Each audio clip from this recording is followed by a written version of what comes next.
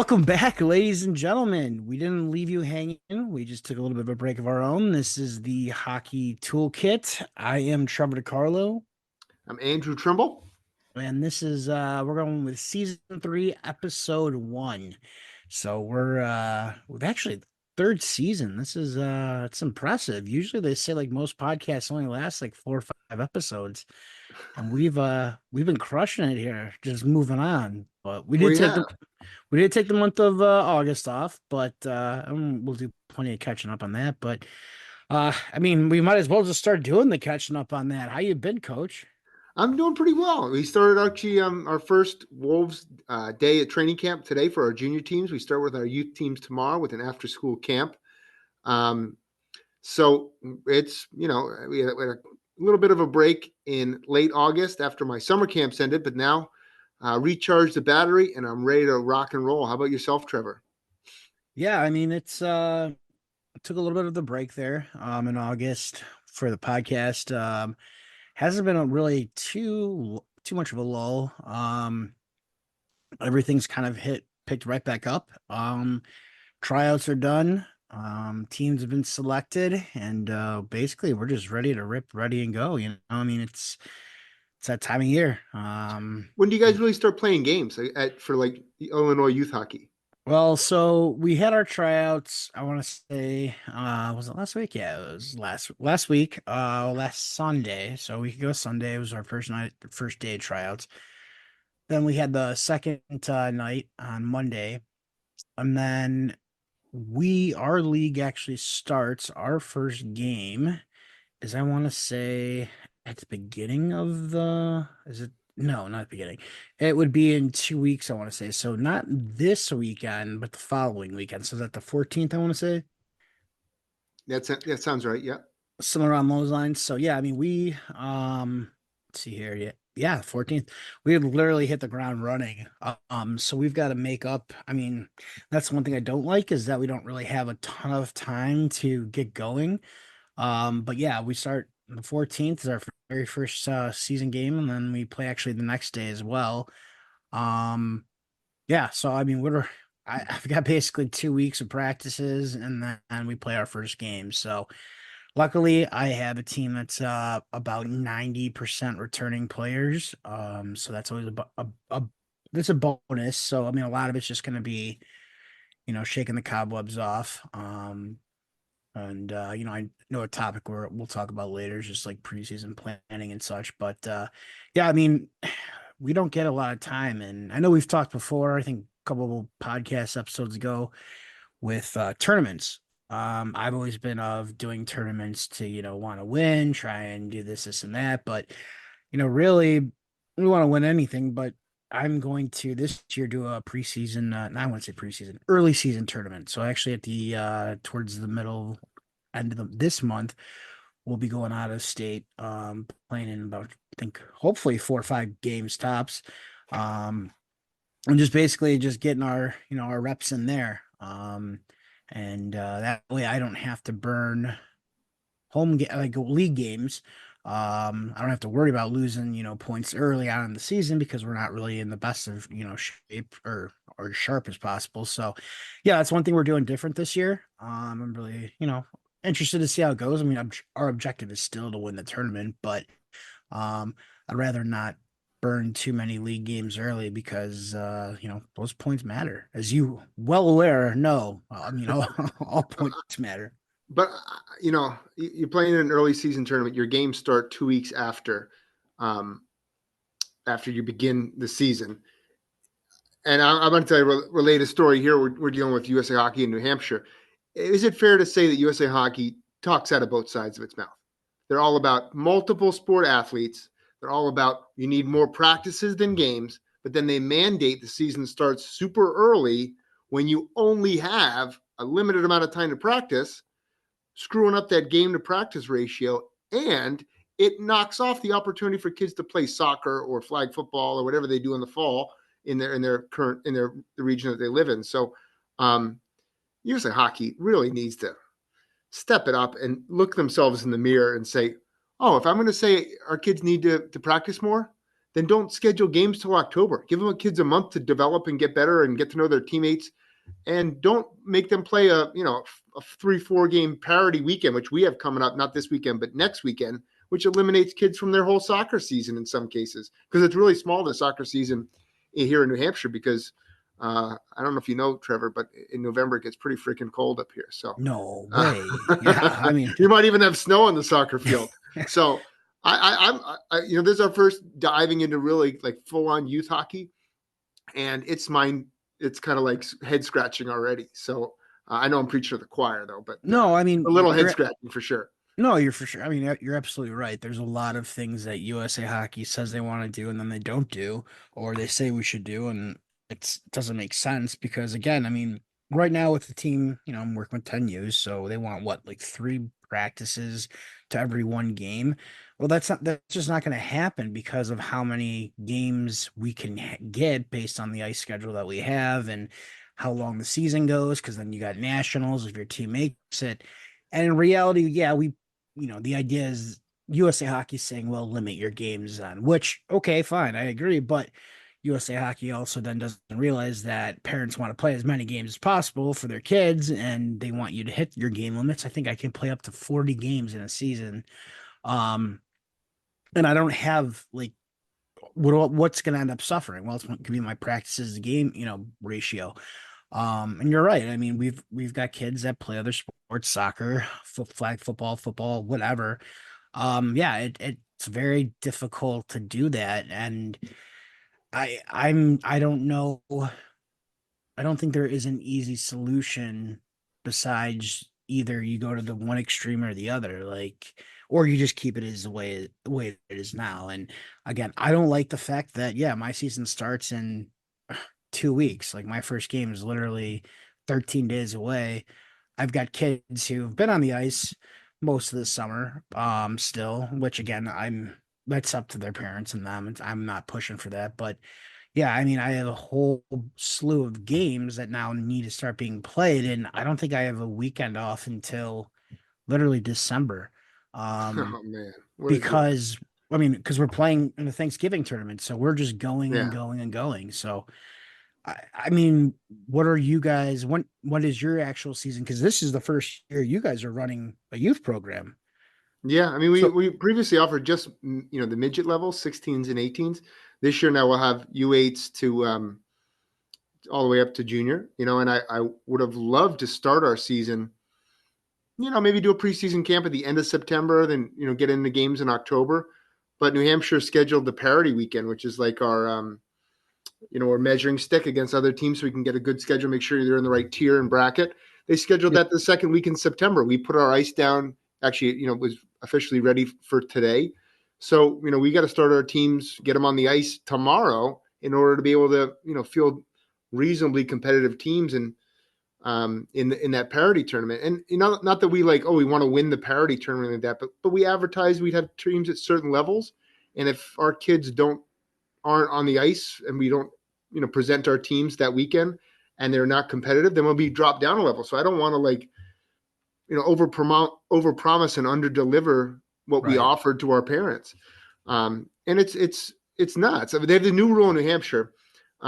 You'll like this. So Dave Starman actually posted on Twitter the other day about full ice mites, and it was kind of a funny discussion back and forth how one shot total was 35-3 and it's ridiculous. And Mhm. there used to be a great cross ice league here in New Hampshire. My son played in it in his first year. My daughter played in it. And it was really fun. You'd have in some buildings they would do 3 games at once. Here in Laconia, because we have the boards that go down the middle, we Yeah. would do half ice games, and it would be like a big jamboree, like 6 teams in the building. You have 4 teams on the ice, 1 team resting, and then they go in, and it was like in an hour you could play 3 different opponents, and the kids thought they were getting 3 different games, and a bunch of fans in the building. In fact, Barron used to take victory laps and point to the crowd and all this kind of stuff. But they decided to change that this year. Now they want to do a full game against 1 team, half ice, and they want to keep score and they want to have standings. And it's like for 6-year-olds. And I'm just like, and now we have to buy a new scoreboard. We have to buy we have to get, Boards. yeah, we got to do all these other things. And it's like, if it wasn't broken and kids were enjoying it, why are we changing it? What is the benefits to now keeping score for 7-year-olds? Like, And seriously, and it's that's not even USA Hockey. That's the parents. Like that's the parents who want that. Nobody else wants it. and it was a great way to save, make like really an introductory program a really low cost by having 6 teams on the ice. Yep. Now, like all those teams are contributing to the ice bill. It's really reasonable. 2 refs, or 3 refs, whatever. It was really reasonably priced. Now, less teams, longer Yep. ice slot. It's more expensive, and we're going to see scores that, like, if you're playing the same team for like an hour-long game on a half ice, Yeah. you're going to see these lopsided scores that are just not healthy for the kids or the parents. Um, and you and I know a 7-year-old, there's no trajectory for a 7-year-old unless they keep playing the game and enjoy it. So what are we doing here? What are we doing? The it's something that it's and again we talk like you said the mites and stuff triple those are triple A mites and that tweet you were talking about and I'm seeing it getting worse. It's not getting better. And again, like you said, we would have jamborees is what we called them, where yeah, you'd Yeah, have 6 different teams, they'd all be out on the ice. And then basically you just shuffled over who you played in the next one. And the kids loved it. fantastic You setup. got music going, you got, snacks and stuff for the kids. Kids loved it, parents loved it. Um, and part of it, I don't even think I would blame on the parents. I think part of it also is just the money, the money grabbing assholes that run some of these programs who are going to, this is their livelihood. And I get it. I mean, I was there too. You're there. I mean, we all get it. But I mean, some of it's just stupid shit that's being done just to make more money. And again, yeah, the picture was for a AAA Mike team, and I mean, nobody gets anything off of it. I mean, I remember a game where Adrian Acoin, ex-NHLer, was coaching one of his kids' Last teams. guy to use a wooden stick, by the way. That's true. Yes, yes. Yeah, well, he you know, he, they blew the crap out of one of the teams we had and in like a Mike Chamber, like I don't even remember what it was, but they just destroyed us and he thought it was the greatest thing ever. And it's just like, dude, you you of all people out here should understand that this is a waste of time. Like, why are you just like so I think it's gotten worse in my opinion over the years. We're seeing it get worse. We're seeing, the AAA level, the mite hockey on its own. I like the jamboree. I like those types of skates. I think it's great. I think the kids love it. And as long as you make it fun, your kid doesn't know that they're not playing full ice. And if your kid is upset that he's not playing full ice, then that's not the kid figuring it out. That's maybe 1% of kids.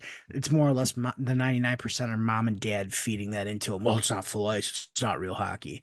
AAA mites, that's stupid as shit too. Like, but the problem is there's nobody that's stopping it. And the problem is that there's nobody that can stop it besides the adults that are in those positions of authority that run those leagues, that run those teams. Because, again, they're not being operated under USA Hockey. So I think there's things on both sides that are wrong. AAU, USA Hockey, Might Hockey, AAA Might Hockey. I mean, we could be doing so much better, but we're just letting for part of black, we're letting the idiots run the asylum. I mean, really Oh, is for what it sure, is. for sure. And I sometimes I scratch my head. I was just going to say to you, like, if a kid is complaining or a parent's complaining about a kid's complaining to a parent, oh, I'm playing cross ice or half ice. I don't know if I've ever heard that, but if a kid doesn't complain to a parent like that, you're the parent. who's Right, who's the parent? Be like, that's what you're playing. That's the hockey you're playing. right. Have fun. We're gonna go play soccer, and you're gonna play cross field soccer. You Yeah, know, go have fun. Go basketball, the hoop's lower. Go, yeah. let's go. Just so you Yeah, know, yeah, that hoop that you're trying to dunk on, yeah, it's gonna go another 4 feet up off the ground. yeah.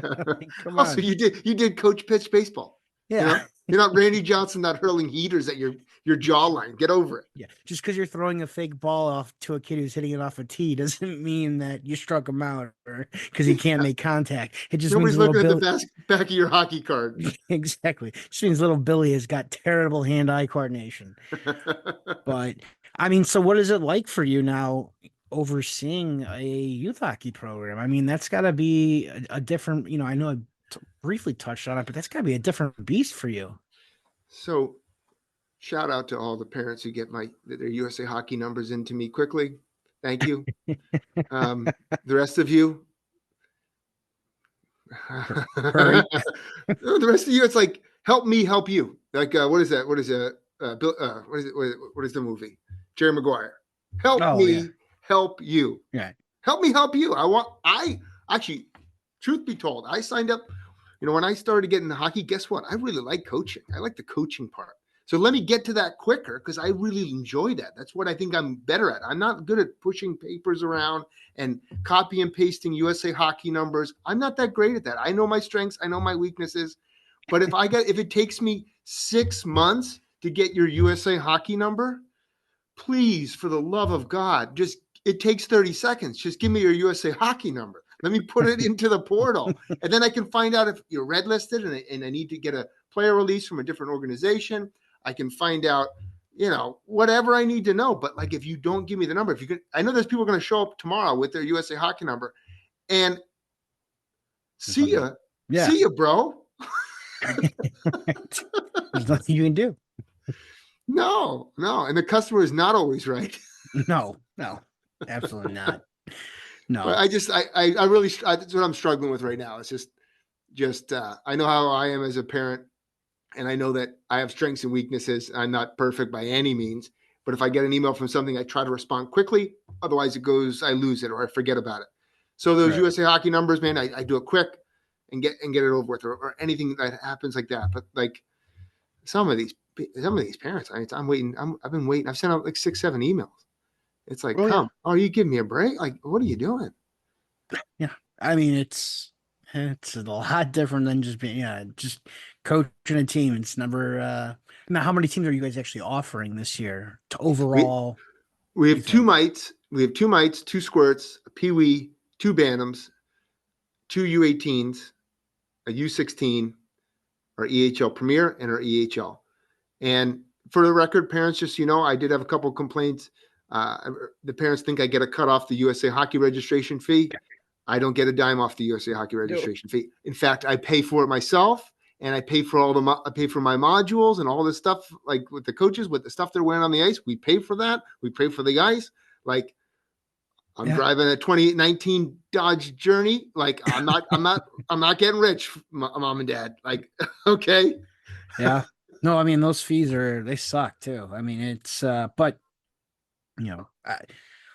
I get it. I know why we got to pay them and obviously that stuff. But yeah, I mean they're not. Everyone's like, where did the money go? And they always think it's like the coaches or the directors or the clubs, and it's like for us, ours goes straight to the athletic Amateur Hockey Association of Illinois. Like part of it, you have to pay like $15 that goes to them, and um, for whatever. I mean, I know it goes to decent or the right places. Well, I hope. I mean, Chicago politics, but I'm like 90% sure most of it goes to the right places. But the other 10%, Trevor, we did have a slush fund in Hockey Canada, though. We are aware. and no comment because Chicago's already had one issue with a coach already in the last 5 years who's that was blown up. And rightfully so. Nobody did the right thing back when it happened. But yeah, so yeah, that's true. Hockey Canada does have slush fund, yeah. But so basically what you're saying is you guys are just waiting for all these once you get your registration in though. I mean, have you guys had your tryouts and all that? Yeah, we had those in the spring. Like we a Wow. lot they do in New Hampshire here. Every program does it then. So we had those then. We had the teams picked, so people knew what team they were on and like their coaches for the most part, and the preliminary schedule of when our practices were. They knew all that stuff. So it's a point of frustration that I can't get some of those final details sewn up so that I can start to provide the hockey stuff, which is what I want to do. Yeah, it's unfortunate that you've got to hound people for something that clearly, I mean, I don't think the New Year's of USA Hockey registration opens until what, like August, I think. So I think you've got to wait a little bit. I don't think it's open right away, or I could be wrong. I think we could start putting the teams together. Like we in New Hampshire, we had to get our midget rosters submitted by August 1st. Okay. So, which is But that's really a short window because you can start like the portal opens in like early July, maybe okay. mid July. So there was only like a 2 week window to like submit your rosters. That was just for the midget brackets though, because there's a shortened season. It only goes to November. Yeah, Um, I was very fortunate where we had a registrar who handled all that stuff, but I would get the emails of you need to let coach so and so know that if they don't get this done by tomorrow, they're not going to be allowed on the ice. And I would have to reach out to coach so and so and be like, "Hey, get your shit done so that you can go on the ice because she's not messing around." And I've seen her yank people off the ice. So yeah, I was always fortunate to have that where I didn't have that headache you got to go through. Yeah. Getting that big hook ready. And for registration wise, but again, this is where I think there is like you have to wait to a certain point because for us out here with tier two, and tier the house league, when you registered for the program, you had to have all that information already on hand. You couldn't like register without it. So I want to say there is like a date you've got to wait till for it to like flip over to the Yeah. next season, but that's neither here nor there. Nobody wants to listen to us How are you talk guys about doing that. with the net guards? Oh, you know what? Net guards, it's funny because so far, I mean, I've got kids that have the shirts that got the, quote unquote net guards on them. Um, they don't look like they really even cover up much. Whereas if you actually bought a regular net guard and put it on the kid where it looks like a giant like sleeping donut, like, that's you know, that looks like it. But I mean, since we haven't played, it's been really a non-issue. Kids are wearing them. Kids knew about it. We were preemptive about it, letting them know, like, hey, in June, like, hey, it's pretty soon you got to wear neck guards. July, pretty soon. So I haven't had any issues with it, but we haven't gotten to games yet. And I think that might be an area where some officials might be saying, oh, this isn't really a neck guard, even though it technically is on those shirts. Um, but some of them, I mean, they are flimsy. They just look like a collar. They're not going to stop anything. So it'll be interesting, but we haven't had any issues with that so far. How about you guys? Well, we'll start tomorrow. We definitely given the same type of notice to people where this is the new rule. We're supportive of this rule. Here are some cost effective options, and here's some different options if you want something more. Trying to give an option for every parent, every kind of financial situation. So we'll see tomorrow. Hopefully the kids, they step it up and remember because it's a rule and we got to follow the rule. And I don't think the rule is meant in any way to hurt kids. It's just to protect kids. Yeah. And then it's like I don't think there's the same stigma to it. Like I used to make fun of a lot of kids' neck guards back Oh in yeah. 1987. You wearing a neck guard, you're going to get hammered. But Yeah. we're in 2024. Life moves on. Hell, you got the guy in the NFL who's already said he's going to wear the Guardian helmet. What team is it? I want to say he's on the Colts. One of those big marshmallow looking helmets that they wear for practices. Well, he got it approved, so he's going to be the first one. He thinks he's going to be a trailblazer, but we'll see. I don't Dark know. helmet. Yeah, yeah, exactly. Yes, yes, Dark helmet. yes. But Oh, I hear she gives great helmet.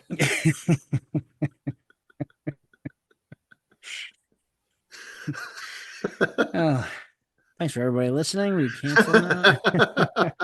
Oh, Great that's a movie. classic movie. Where do you put that in the top what? I mean, it definitely top 10 for sure. But yeah, that's definitely in the top 10. What so putting us a little bit back on track. Junior hockey. I see that you guys are starting training camp tomorrow? We started today. We had our first Started today. meetings and on ice practice today. We really begin full swing tomorrow with our kind of our development model with our 2 practices a day. It really begins tomorrow. Today was kind of an introductory, um, skate and kind of half day more or less. Okay. What are you hearing out in the Midwest about EHL, USPHL, NCDC? We did hit that like our last episode or so. but there's a lot to uncover there. So what are you hearing? I mean, what I'm hearing, it's more or less what I'm reading. I'm reading a lot. What's funny is I've never really been attuned to Facebook groups. Outside of I'm a part of the hockey think tanks one that they have that they've actually just moved out over. It's a private group for memberships, but I mean I had been in a few of them, obviously for the hockey focus. We would try and put some information in those and spread awareness of the website. But so I mean, this past year I've noticed because I don't really use Facebook that much. I don't really have a lot going on, so these groups. And it's more or less because I just hate Facebook, so I don't have like a ton of friends on there. And not saying I don't. Basically, what I'm saying is I need more friends. But what I don't have is I just see a lot of the posts on these things. And what's funny is one kid had posted on there. I think he was a 17-year-old saying, "I'm looking into options for next season. This is what my stats. This is my attributes. This is where I'm at, height wise, weight wise. This is where I like to be." And all I saw was just flooded with just people from the USP. I mean, it was really, I want to say 90% of the USPHL. Just, oh, this team, we're looking, DM me, message me this. I'm like, so finally I wrote in there, I was like, hey, you guys, this is for next season. And then I told the kid, I was like, stay away from like these types of programs. And he appreciated it, but it was Stir in the I pot, my friend. I mean, honestly, I'm not it's been all USPHL teams. And then I got, and yes, I'm not an idiot. I know that this has been going on for years. I have Chris Blasius tell me over Twitter, like, oh, this happens year after year after year. Okay, I was like, I get it. Yeah, I know. I was part of the same USPHL program or NA3 program that before they rebought it and they ended up becoming the head coach, I think, or whatever, out in Rochester. Like, yes, I get it. I'm not dumb, but like I've never seen so many teams where it's now the ninth hour that are being so proactively looking for players. Funny. I mean, there's been a couple of them that are funny where they're like looking for a top three defenseman, and somebody would put down, "No shit, buddy, everybody else is." And I mean, those things were kind of funny. Um, but it was just your typical, oh, we'll get him the NCDC, we'll get him the USPHL. Again, I saw very few NA3. I saw none at the EHL level. So it's just funny. We see those types of things. I see those things out here in the Midwest. I know the Cougars and the Crush, who are in the USPHL, Premier and Elite, they've been doing a good job of filling their ranks. So I mean, I don't have anything, negative about that, but it's just like the whole thing, and it's just like the same, like where have these people been? And again, I get it from a standpoint of trying to be a recruiter for a club. It's not easy. You're fighting all these other teams, and especially when you're new in the league, or if you had a bad, year previously. We've already seen a couple USPHL teams fold already. Yeah. Um, And there's so gonna be more coming soon too. oh, absolutely. Which, I would hope they do it sooner rather than later, and just, if they know that they're not going to be able to do it, go just go dark for a season and then restart again. And let those kids that you've got signed, like, help find them a new home. That's the honorable thing to do instead of waiting to the 11th hour. Um, and then just hoping and praying that you get a couple of these kids. But, and then you also see the teams that, they'll end up rostering 40 to 50 kids throughout the season. Like every other weekend, you can come in and play for free. I've seen it done before, and it won't ever end. So, um, it's, and again, like with my comment, like with Chris, is like, I get it. We all know, like, we've all been there. I get what he's saying. The only way it's gonna change is if these leagues stop allowing teams into their program or their leagues. But when there's money to be made, people will go after it.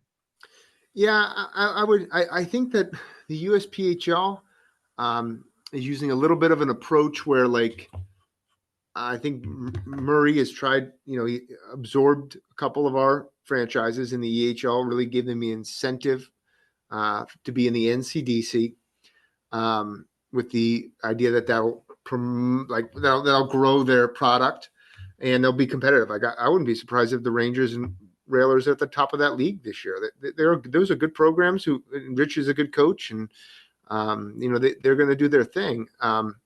But they've also expanded on top of that. They've also put new franchises out there. So there's really kind of like a mass spreading of the USPHL virus to make it like we are junior hockey, to define themselves as junior hockey, to be an alternative to the USA Hockey model that they feel is just as good. And I don't know if that's having that desired outcome when you have teams that can't hit the ice. Right. And there's been a number of responses. Like we had a message go through, our league. This will be interesting to you. The NAHL has requested to keep their protected list private through USA Hockey until October 15th. So you used to be able to go on the USA Hockey portal and check out, who's on the protected list for each NA franchise. That's going to be now private until October 15th. It used to be public on September 1st. This will allow teams to hold larger rosters without having public concern on bubble players not rostered. They claim the reason for this is for the USHL cut downs and showcase purposes, but it's really to stockpile players to potentially hurt other leagues, which I can see. The NHL moved their Blaine showcase till after the USHL Fall Classic. It used to be like the third week in September. Now it's moved a little bit. This way they can carry their 30 to 32 guys before they get access to those USHL cuts. So there is some drop down effect that's happening. And when you extend that protected list and that stockpiling of players, kids run out of options. The kids, if he stays on a roster till almost Halloween or into near Thanksgiving, he's going to take that coach's advice who he's built a relationship with and go to their NA3 team or potentially their U18 team that's affiliated in their NAPHL product. He probably won't go fishing in the EHL or go fishing to the NCDC because he has built a relationship with that coach and probably wants to stay in the same building. So it's a strategic move by the NA for sure in those protected lists private and to move that fall classic in order to coincide with this USHL cut down. So there's been some ramifications to the NCDC and USPHL. They are definitely making waves. I just don't know if their long-term strategy is going to work out. And again, it's at the end of the day, it's just one of, as we've said before. I mean, it's about the kids, and it's about it's holding. I wouldn't say they're holding them hostage, but they are holding them at a longer period than they normally would. And I agree. Where's the kid going to go? Well, they're going to follow the coach who's been holding on to them, and if the coach says, we want you to jump down and play for our NA3 team, when they could possibly go and play for your team or an NCDC team. Well, where are they going to go? They're going to be listening to the guy who's been holding on to them, telling them. And again, doesn't mean it's right. Doesn't, I mean, that coach might be telling them the right thing based on what they've got it down at the next level.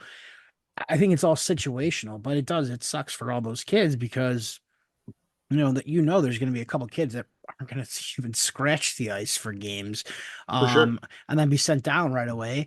Um, and yeah, they're not going to know what to do, and they're just going to follow those kind of blind marching orders. So, it will be interesting to see. Did USA Hockey approve that? Yeah, that's the going rate now. Like if you go on the USA Hockey website, you those previously public protected lists are not visible anymore. So it's intriguing to see what is all going to shake out. I do think and we've had discussions. We've talked about this offline, but I think that it's an opportunity for our league in the EHL, smaller, geographically positioned in a good spot. If we step it up, if we kind of assert ourselves as what we are and what we do for kids, limited roster sizes, limited travel. So you have a focus on development of each player because you're not traveling on flights and all across the country, right where the colleges are. If we promote what we're doing, I think we could position ourselves really in a successful spot because now NCDC is pay to play. So it's comparing apples to apples, not apples to oranges. But if we get that information out, we could position ourselves for future success. But I don't know if we're doing that. What are Yeah, your and thoughts, Trev?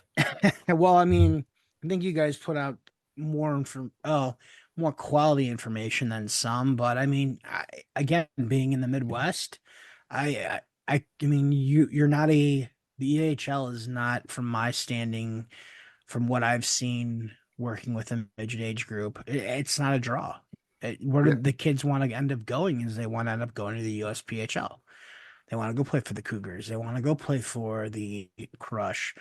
They want to go play up in, if they got dreams of playing tier two, go and play for Janesville or, all over. But the EHL, I mean, it's kind of on an island, it feels like, from, probably Ohio over. That's just EHL. Like, now we know that, we've talked. I mean, there's been kids that I've had or within my program, one of them played for you um over the years. It's just not something that people really know about. And if you want to be that type of league, which I know the EHL is and wants to be, you got to get the word out there.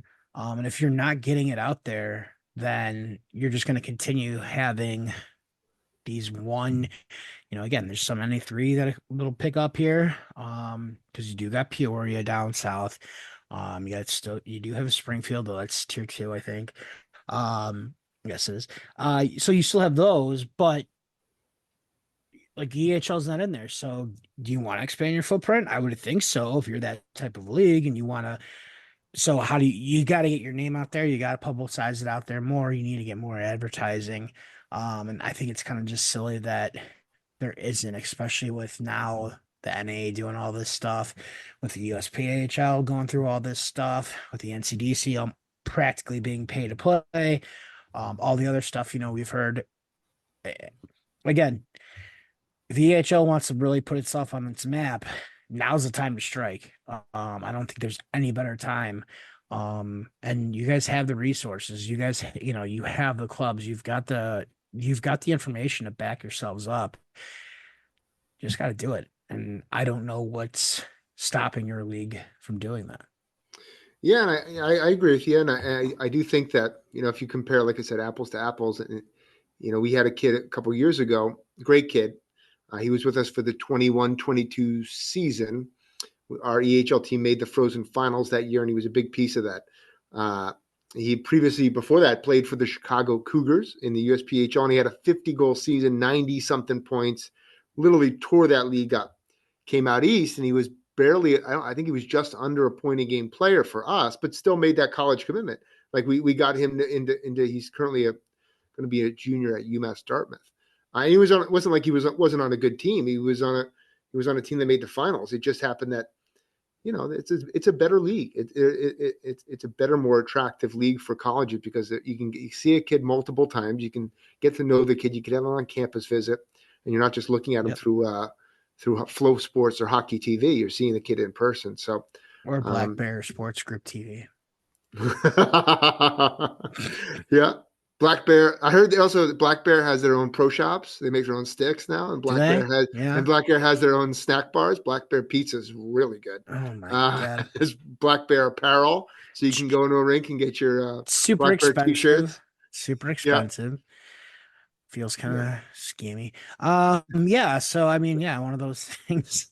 I- Again, it's very interesting what will be the junior landscape. I mean, you could say this for anything out there, but within the next 5 years, especially because we are seeing a little bit more turmoil out there amongst these clubs. And again, I still haven't even gotten a single answer. And now that the NCDC has teams that are in it that are pay to play, nobody knows like what's going to happen. How is that going to work? Where are these kids going to go? Where are they going to, how does it work with trades? How does it work with drafts? How does it work with all this stuff?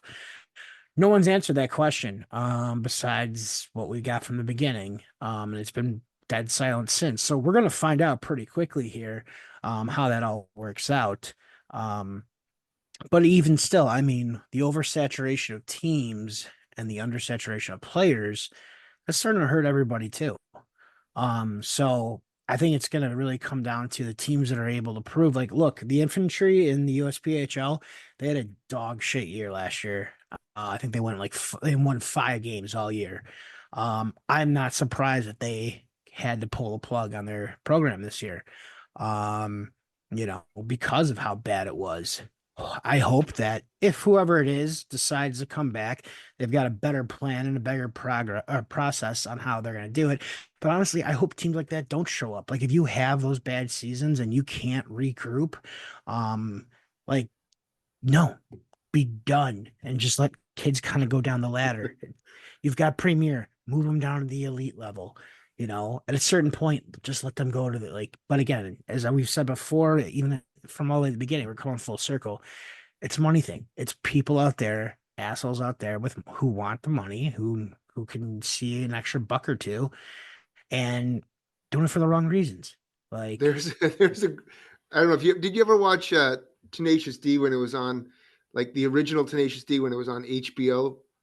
the TV show. Yeah. There Yes, I was think so. Yes. there was one where he walks into like a record store, him and Kyle Gass, and they're talking to this guy behind in the counter at like a Guitar Center or something like that. And they're talking about like some great stories from the road. And the guy's an old roadie who was in something, and he was like, the third roadie from Molly Hatchet or whatever it was. I don't know. And they're asking like, how can we make it big? And he's like, you can't make it big. Let the dream die. Don't be like me. Let the dream die. And some of these themes, when you're 5 and 40, let the dream die. Yeah. Like it's just not your thing, bro. Like It's yeah. not, and there's like I think I don't forget who told me, but he said when I first started working, you have to be doing income producing activities. So if you're focused on, I need to get the best training staff, and I need to get the coolest TVs, and I need to get a really good dry erase board. None of those are income producing activities. You need to get freaking players. That's what you need to do. You need to sign players who can play in the league and can pay tuition, and you can develop those players who can potentially play in college. That's an income Right. producing activity, or advertisers or whatever. But some of these programs, you see them come up and they have, we have the best facility in the world, and we have we have a fifth jersey. It's camouflage and has 7 stars on it. Doesn't matter. Income producing activities, or let the dream die, my friend. When I was on working with doing stuff for Rochester, and Gresco can attest to this. I don't know if they were still using it then. They were able to go and work out in the Rochester Mayo Clinic Sports Science Lab, which is overseen by I think it's Mike Stewart, I think, because his son was Mark, who played in the NHL, and he had another son that played in the NHL. Here is something that was readily available to the players, somewhat built into the tuition, but I remember because we were signing kids, the tuition was normal for the league. Um, and here's like the team, like no, it didn't sell shit. Like it wasn't, as you said, like I think if the team was doing fantastic, then you can promote something like that. But if your team's not doing well, it's great. And it's great for the players, those, but it's not bringing people in. So yeah, you need the bodies first, you need the quality, and you need to build them up. And then you can start adding the little sprinkles of, yeah, we've got so and so where work with who's their training staff, or we've got, yeah, this 13th jersey, or whatever. But it'll be interesting. I mean, I'm looking forward to seeing because there is a lot of different, in my opinion, storylines out there for all levels of hockey, from the youth level, looking at the AAA mites to AAA squirts, to looking at the AAU levels of play, looking at juniors. What is that going to look like this year with some of these new programs transferring from the AHL over to the USPHL, NCDC? These protected lists with the NA, what's going on with the USHL? The other thing is what's going on with the Canadian Hockey League, the CHL, potentially having their players be allowed to play in the NCAA in the next year or two. How is that going to affect you, American junior hockey? Is that going to push kids that, is that I feel, and I know that we've talked about it. We need to write an article on it. I need to write an article on it because I'm slacking, but is that going to push the, American born players down the ladder where a kid who would have been playing, Division 3 NCAA hockey is he now going to all of a sudden be playing ACHA hockey because of just that trickle down effect? Because, we don't know. It's going to be, I mean, there's a lot of things that are out there right now that will be interesting storylines to watch. Totally. Um, And I have no idea how that's going to shake out. That's that is I do think about that a lot, and I really have no idea, Trevor. and That's it a game affects complete game changer. well, and it affects a person like you. And, not only just, okay, it affects every tier 3 league or tier 2 or whatever you want to, not you guys, but whatever anybody else wants to call themselves. But No, like, I know what you mean though. but that affects you guys because now all of a sudden, the kids that, again, that you would be pushing up to the Division 3. And I know there's a portion of the league that might go Division 1. Are those kids gonna now is all of a sudden like you're gonna be pushing a portion of the kids to Division 3 and how is that gonna happen? So I mean there's a lot of things. It's a short-term storyline and it's a long-term storyline. Almost feels like wrestling, man. It's like you got your short-term storylines that are going on, and then you got your long-term where Stone Cold Steve Austin comes back after getting destroyed by Rikishi, who allegedly did it for The Rock. So Yeah. Yeah. Or but the mega powers getting together, but then breaking up and then coming back for a big payoff at WrestleMania 5, right? yeah, exactly. Yeah. I mean, it'll be interesting. But one thing I did want to talk to you about, I know we've been talking about. You did put your book out there. I'm still waiting for the first 3 people to get back on the contest. I guess nobody paid attention to that part. Your season planner that you have that you put out, you did that by year, like age groups. One thing that we have been talking about is just regular season, each individual season, like planning that out. My question for you right now is, okay, now you guys this is your first year with youth club teams in your program, under you guys. Did you guys do any type of, okay, this is what we want our peewees to work on and focus on? This is what we want our squirts, this is what we want our bantam team, this is what we want our mites. Or is it kind of, well, we're going to leave it up to the coaches? I mean, how does that look for you guys? That's a great question. And we definitely, Coach Kuhns and myself, thought a lot about that. We were taking over a program here in New Hampshire that was kind of on its last legs, was down to, around 50 kids in the entire program from U8 to U14. We've successfully boosted those numbers going into year one for us, using the same kind of pool of players, but also bringing players in from who are attracted to see what we're doing. Yeah. And we did monthly seminars with our coaches. We did one in June, we did one in July, we did one in August, and we mapped out what we want our season to look like, and how we want our practices to look, what the schedule is going to look like, how we want our benches to be run, how we want our the off ices to be run, and we'll see how that shakes out come December. But we do think we have a good framework in place to provide the kids in our program and the coaches in our program for like a template to follow. And there was considerable time we invested in that, but we're all dealing with human beings, so we'll see how it shakes out. No, absolutely. That makes sense. And I mean, I know you guys do that. It obviously at the junior level, correct? I mean, you guys kind of have like a template already kicked into, okay, this is what we're working on. And I think most teams, well, I shouldn't say that because I know some coaches that coach most teams. Um, just rephrase it as, I think that is an integral part of an organization. Not even that, but for a team, the coaching staff to do. Um, and if anything, like this is the meats and potatoes of our podcast right now, is this discussion is, you know, as you said, we are dealing with humans, like young humans, or some of them sometimes they're, junior or teenage humans. I almost said Teenage Mutant Ninja Turtles, and that would have been They said crazy. Teenage Mutants, which is Yeah, accurate at times too. yeah, that is I don't even know besides pizza and all that other stuff that they're into, but I think it's something that's overlooked. Um, and that could be, I mean, businesses have successful businesses have business plans. Um, successful sports teams have, their season plans or their guidelines on how they're going to run their teams.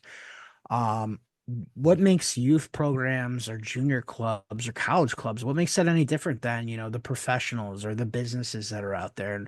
And, why why do you believe that some clubs just don't even do it?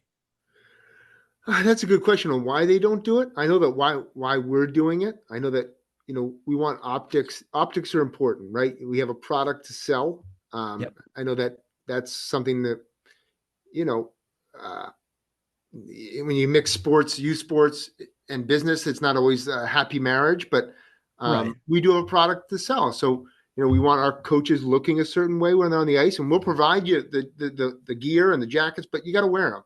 Uh, Right. and we have rules through USA Hockey that we have to follow, and we expect people to follow those rules. And then we have the framework and a template that we think is going to make our kids successful. We went from the previous program had 3 practices a week. We think that we have to support all the sports in the Lakes region. So we want to have kids playing soccer and flag football. So we went to 2 practices a week, but we added off ice after those practices. So they get an off ice session either at our Wolves gym or in our video room, any of the facilities we have for us, and where the previous program didn't have any off ice. So we know that kids like the tournament experience, but we don't think that the travel is always conducive to family budgets. So we have a great location about an hour northwest from Waterville Valley, New Hampshire. It's a beautiful ski town that does hockey tournaments for whatever reason, and all of our teams get a tournament at that location. So we definitely have a plan in place, and I think it's a business based plan. Like it's a strategic plan that I think will work well for us over the next 4 to 5 years. But again, you have to be willing always as an owner of a business to kind of get feedback from your customers and tweak it. And some things may work great this year. Some things may not work so great, and we'll have to tweak it down the road. But it's an exciting process. What have Uh, you seen, Trevor? well, I mean, two things, I mentioned every, businesses have business plans and stuff. Okay, yes, youth sports is a business. It's big business, but we don't want to, we're not, didn't mean to look at it in that lens, but, um, you know, from that standpoint, from us, I have been doing, I've always had a template in the back of my mind on what I want to work on. When I was a hockey director, I put pen to paper and I came up with I don't know, 25, 30 page, like, this is our program. This is That's what we're, fantastic. we're going to be doing. This is what's expected of you at parent meetings. This is what you should be overdoing, like those types of things. But it was also, okay, we want to appease the parents because those are the paying customers, but we also are trying to develop hockey players. So this is how we're going to try and do that. And this is how we are going to retain to the best of our ability and, build year after year. Since I'm no longer a hockey director, that just sits now in a Google Drives document until the next person that asks me that they want to take a look at it does. And I'm more than happy to anyone who's listening who wants to take a look at it. I'll send it to whoever. Sign me up. I'd love to see it, But Trevor. that being said, what I've been doing since then, I'll cite to you right after this.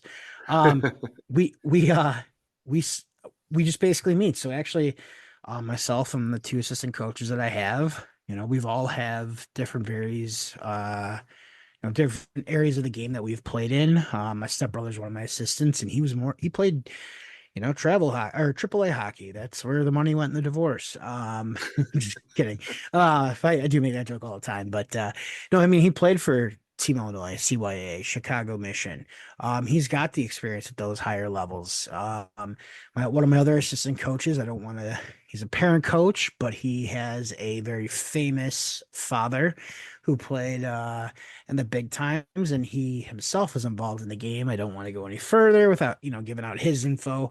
Um, but he's also got experience at the junior levels and, seeing players, coaching and seeing players and recruiting and scouting and all this stuff. So very fortunate to have these 2 people, part of the coaching staff. And then, just with my experience. So we sat down, I came in with the template of, here are the things that I would like for us to accomplish this year. What do I have here that you guys agree with, don't agree with, would like to add? And we spent maybe an hour, 1 hour after practice, out in the middle of the lobby where anybody could have heard and seen what we were doing. It's not like we was top secret, but I mean, we went over like, okay, here are the concepts we want to teach. Here are the skills that we want to make sure they're able to do so that when these kids move up next year to the 10, 11U Pee Wee minor age, they're hopefully able to do these things and that coach like can take it from there. And again, it was a collaborative thing. So we mapped out that portion of concepts and skills, how we were going to do it. We decided we wanted to do more video this year. And again, we've got 10-year-olds. So it was like no more than 3 clips. It's going to be 15 minutes long, total, the whole thing. Um, what do we want to do skills wise? This year we're going off ice.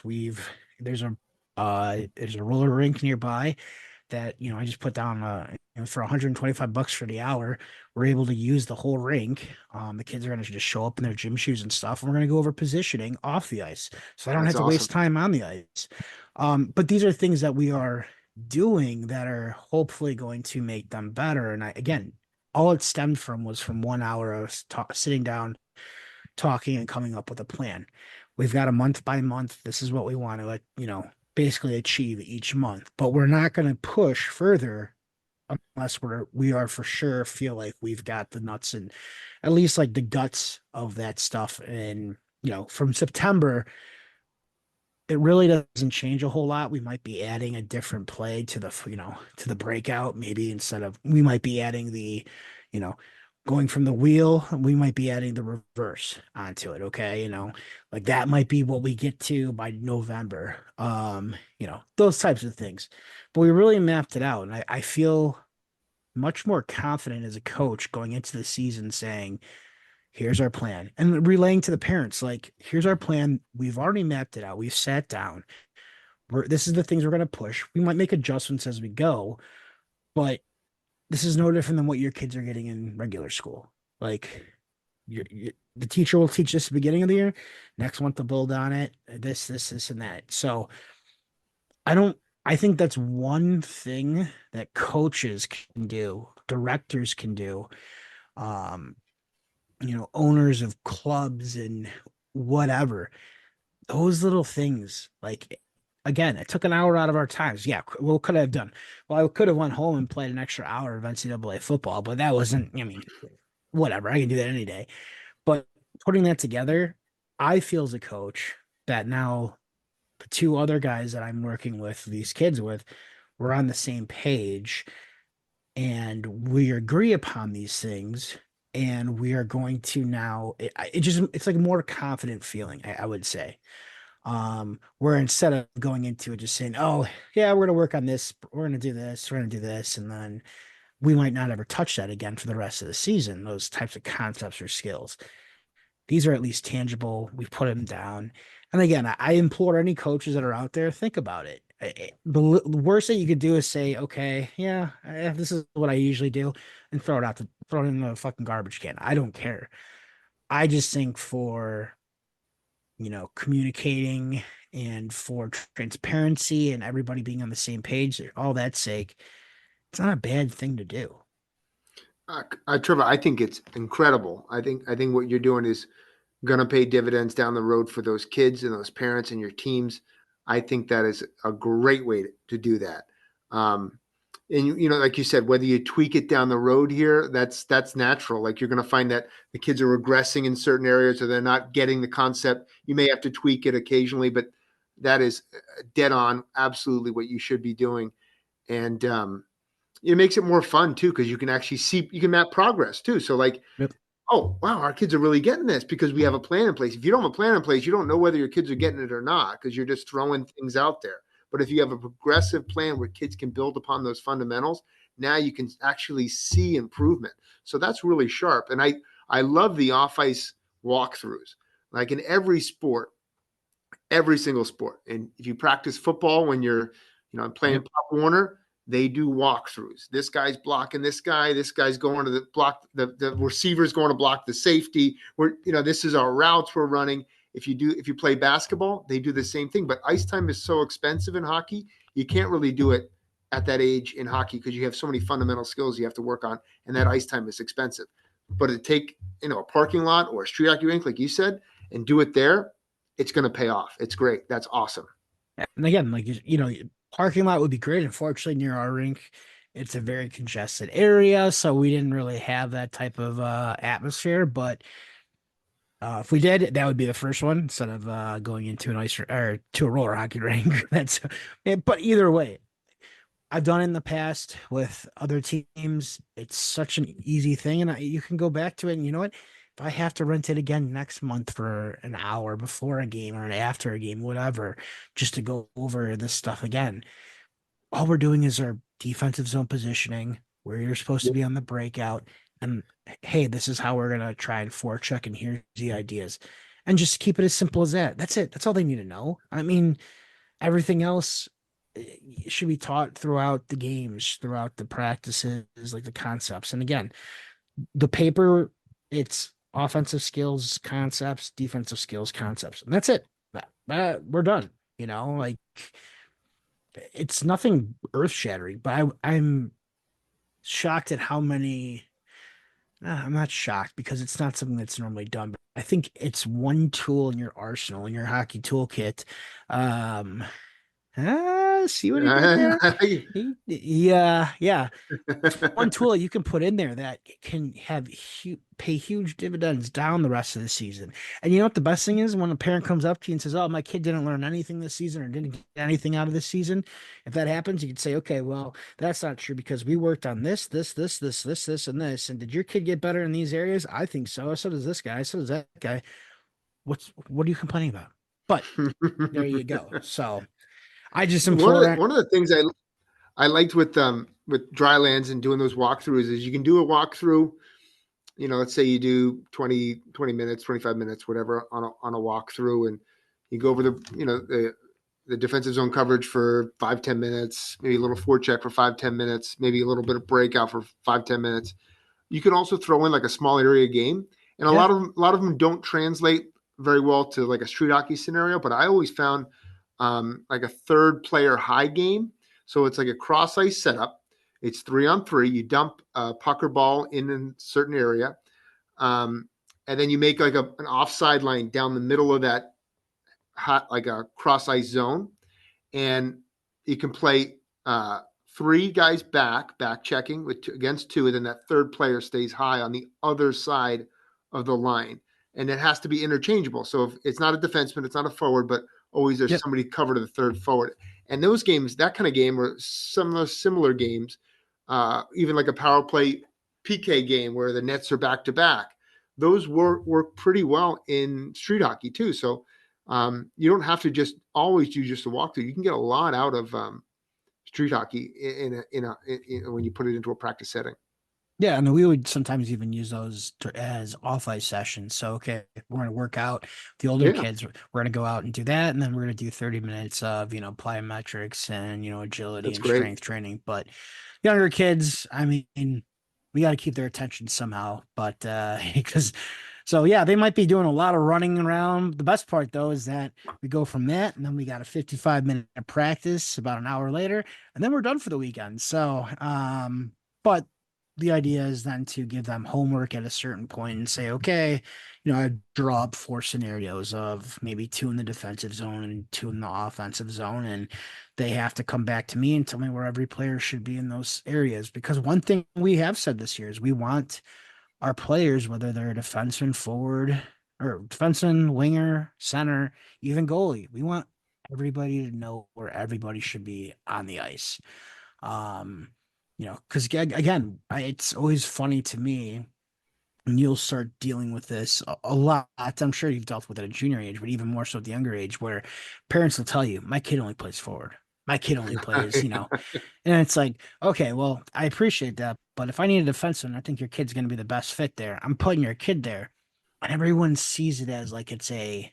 And again, it depends on the coaches. Some coaches don't even let their defensemen skate with the pucks up the ice. We're pretty liberal with it of, hey, no one's ahead of you. No, you can't headman it, take it. If you make a pass, join the rush, those types of things. But with, everyone thinks, oh, defense is so boring. But I'll tell you what, if I got a kid trying out for a team and I know he can play both positions pretty well, both forward and defense, that kid's going to be jumping over a lot of other kids that are trying out. Um, and I've seen it. I've seen kids that have played forward all the way up until they were peewees, bantams, and we moved them back to defense. And that's where they stayed because, hey, you know what? They had a coach at Squirts who rotated them through different positions and stuff. But that's maybe a topic for another day. But that was one of our goals was hey, I want to make sure everybody knows where they're supposed to be this season. And that way kids can help a little bit with that hockey IQ. I'll tell you a funny story. So I'm driving back from Exeter last year. It's probably like October. And Barron has played all the different positions except for goalie. He doesn't want to play goalie, but he had started playing for defense for about 2-3 weeks, and he's at the other end of the ice all the time. He's not like really playing defense, but he wants to play defense. So we're driving home, and I'm like, we're talking a little bit in the rearview mirror, and I'm like, so you really enjoying Barron? You're playing defense? He's like, yeah, Dad, I like defense. It's like, the team's counting on you to make sure you're in front of the net and, breaking up defensive plays. So you can't kind of be above the forwards sometimes. And I try not to talk too much in the car or whatever, but he goes, Dad, I don't know if you know this, but there's 3 lines of forwards. There's only 4 defensemen.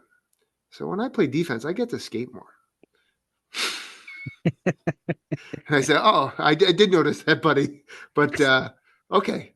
So now I see why you want to play defense. Right. That's why well, I mean, like first started, I played D, but when I went up to, after that, when I got into like travel in high school, it was always forward.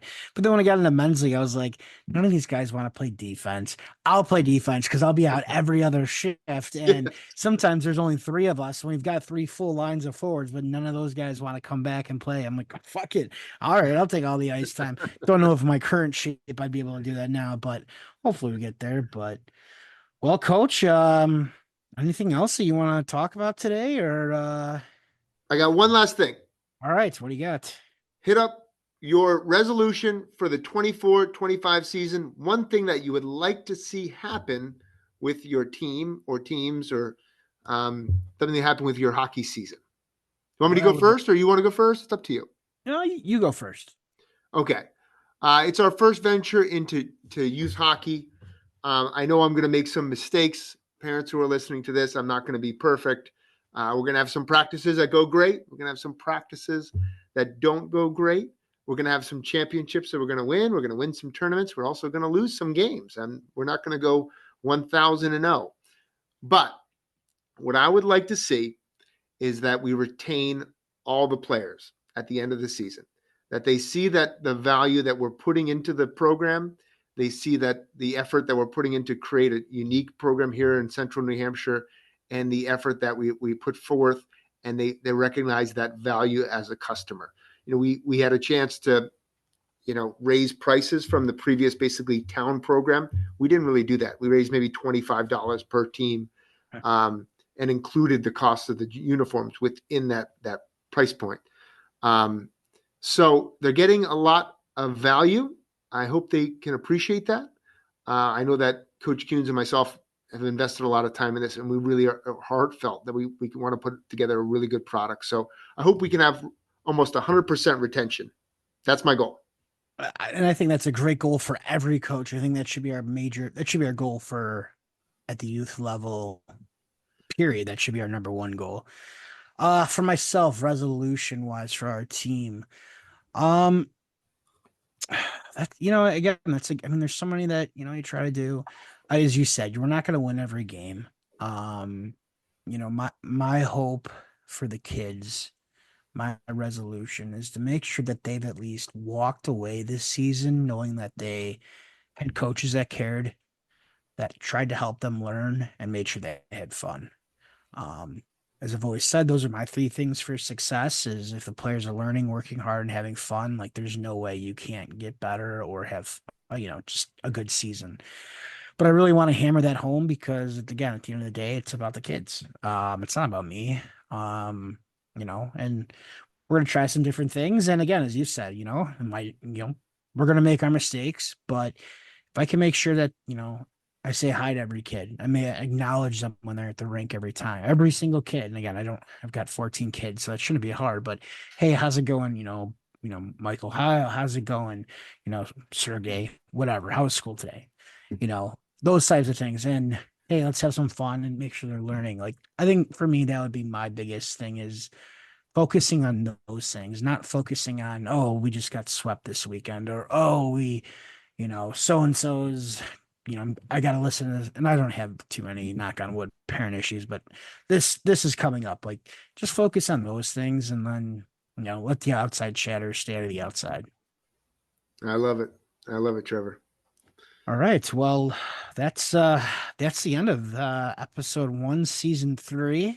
Um, Definitely look into bringing some more guests on and getting that rolling here. But it was a good session. Definitely glad catching up with you here, Coach. And I hope people listening were able to take away something. And good luck to you on the start of your full-time training camp now, and the and being the running the youth hockey club. That's I mean, he might.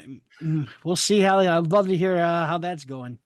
Yeah, yeah. Welcome to hell. Yeah, yeah, yeah.